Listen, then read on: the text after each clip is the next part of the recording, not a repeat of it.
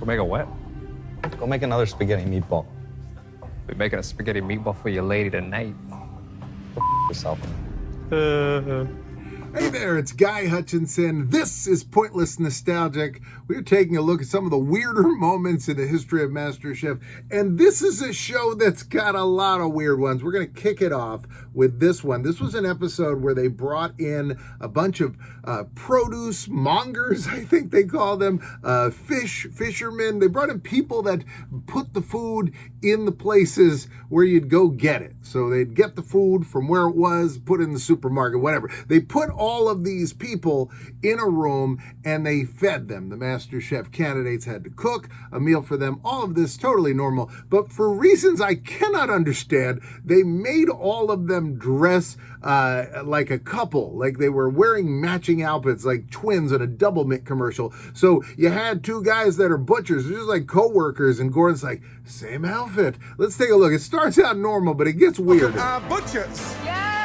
Fruit suppliers, mushroom growers, cheesemongers. Welcome. Thank you once again for that incredible produce. Enjoy. Literally, Gordon put those two ladies in the costumes from the movie Clueless. I mean, this is like so bizarre. It's like, so what are we doing? We're going to be on the show. Okay, what about if you dress like Cher from Clueless? Okay, Gordon. A sick bag. I don't know. I don't know how that came about. There was a guy one time that came on for the auditions. Now, the auditions on MasterChef used to be a big part of the show. They've kind of pared it down. I hope this season they bring it back because the auditions were always a lot of fun. And like on American Idol, where you'd get all the weirdos that would be weird, you'd get all the weirdos on MasterChef. And this weirdo came and he had something unusual to cook. It's a little richer than a beef flavor, slightly gamey. What's that? This is the actual tail. So I fillet it open. The beaver tail. Beaver tail. Ah, yes. You have to. It's kind of gamey. Let's see what Joe has to say about it. Are you turned on by the beaver? I like beaver as much as the next man, but this is like a serious cooking competition, and Literally, you could pass that off as beef. I'd have to disagree. This next moment gets me not because of what happens in it, but because of how the chefs reacted to it. I just found this very weird. There was a guy on the show named Adam. He was a Harvard student. You're at Harvard, right? Yes, chef. And you just listened to what we just heard. And he was friends with Brian O'Brien, who was a chef that had one of the greatest names in the history of chefs. So good. They named him twice. Brian O'Brien, please come forward. Hey guys, Brian O'Brien here. Got a big announcement. I'm gonna be on MasterChef. I'm gonna be on MasterChef. And Brian was a very good chef. And so Adam had a chance to save one member of his team. So he could have saved himself or he could save somebody else. And he was figuring it out and he figured he would save Brian. I'm gonna be on MasterChef. I'm gonna be on MasterChef. I'm gonna be on MasterChef. And the chefs ask him why. Why Brian? Let's cut the Why Brian? Just why? Just tell us why. Yeah, why? Just tell me why Brian. Because I don't think I can beat Brian. You got a reason? You better tell me that reason. Why Brian? It's like, whoa. Because I don't think I can beat Brian. And that totally makes sense. He thought he could outcook everybody. He also didn't want to do the thing where he saves himself because then everybody's mad at you forever. So he figured he could outcook that bunch. Didn't work out for him. He ended up having to cook against Brian, and Brian was the one that went home. I'm pumped. Come watch. Hopefully I don't do whatever. Hopefully I do okay. Spoiler! What the? Somebody took a panna cotta off my tray. Another weird moment was when Tyler stole a panna cotta. I originally put in 3 panna cottas, and as I pull my tray out, there's only 2. This was crazy. So there's Tyler, and he's cooking in the kitchen. Tyler was like a guy who wore camo all the time. 3 blindfolds, please. 3 blindfolds. Blindfolds. Is there anything you want to tell me about this dish? And he was having to make a panna cotta, because Alexander from Junior MasterChef had showed up on the show. Let's have a MasterChef Junior winner, Alexander. And things didn't go well for him. He pulled the wrong panna cotta out of the fridge. Let's take a look. I don't know if they got switched. I don't know, Okay. Chef. You didn't. They're on the bottom shelf, bottom left-hand side. You put 4 ramekins in the blast chiller. I just pulled out the same 4. It would be disrespectful to every other contestant who played by the rules. The judges got super serious here. They didn't want him to serve the wrong panna cotta. Gordon said this has never happened before in the history of this competition.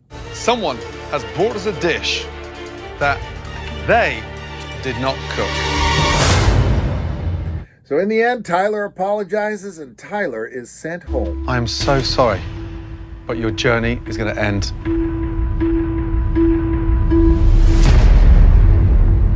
tonight. The time that Andrea forgot to put her dish up on time. She didn't make it. She didn't make it. This was, they had a rule that you had to have your dish on the table in front of them when the cooking time was up. Had to be down here on the front station. Andrea was late, you can see right here. 4, 3, 2, 1, and stop. And so they sent her home, but they didn't send her home until after they tried her food. Half a pound of the fat. Wow. It's incredibly moist. Thank you, Chef. Told her it was great, tried everyone else's food, made it pretty clear that she was not going home, and then they did this. Andrea, we were forced to watch the last 10 seconds and sadly did not adhere to that rule. There was also the time where Newton, the cowboy, had to open a can of caviar. Let's look at this. Newton can't open his caviar tin. 15 seconds to go. I mean, what happened here? Come on, Newton, you can do this. Oh no. Did they glue this can of caviar shut? I think they did. I didn't get it all completed. I couldn't get the top of my caviar off. I mean, I'm shocked we don't have footage of him jumping up and down on it. Come on, Newton, you can do this. Sometimes there's weirdo contestants who make for weird moments. There was a guy named Nathan who was really a weird dude. Now, keep in mind, these guys, the way they're portrayed on the show may not be exactly how they are in person. I mean, the show is definitely hyped up. But anyway, this guy seemed weird in the edits on the show. And there's an episode where he just passed out. He just passed out. Until the next switch. Hey. Chill. It's okay. Oh man, Nathan's falling apart. Nathan, you gotta talk to him, bud. Come on. Are you guys ready to go home? Nathan, don't freeze up on me now, man. Nathan, I need you to... Oh!